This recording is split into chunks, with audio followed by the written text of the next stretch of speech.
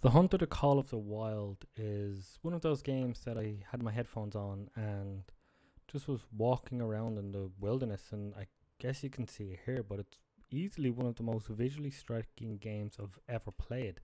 And this comes from the engine that Just Cause 3 is built on.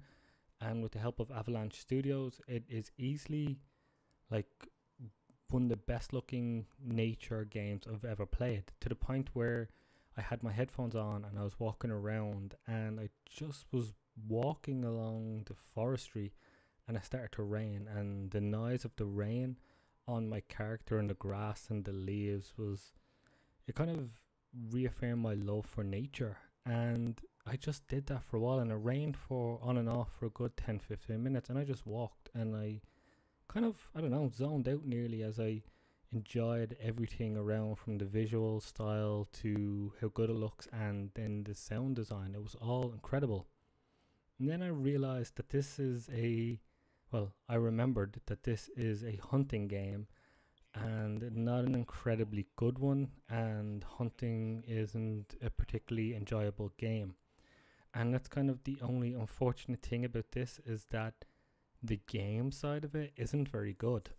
Now, looking at it from just a game standpoint, it's an open world. It's quite a huge open world, and it just isn't very interesting. You sort of, beyond whether you like the hunting aspect of anything or not, it's quite a dull structure. As in, you follow a track, it tells you what type of animal it is. You follow it, you follow its droppings, you set lures and traps, and then eventually, if you come across it, you shoot it, and you get points depending on how far away you were, or if it was a vital hit, or if it's a tough animal or anything like that. And you sort of level up that way, and there's a skill tree as you'd expect in a game like this.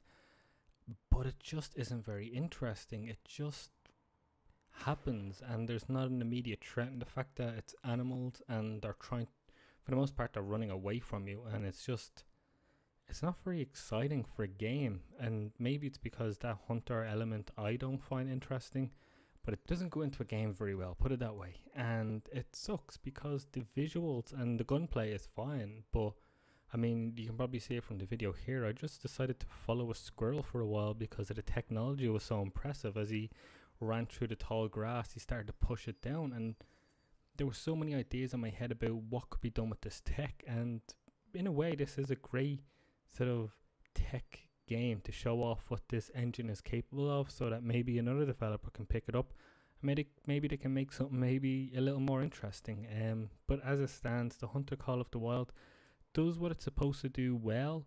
It's just not a very interesting thing. It just doesn't, there's nothing that could be done to it to make it more interesting. So I guess if you're into hunting, it's definitely probably one of the best hunting games ever. But as a video game, up against everything else in the genre, it's just not interesting.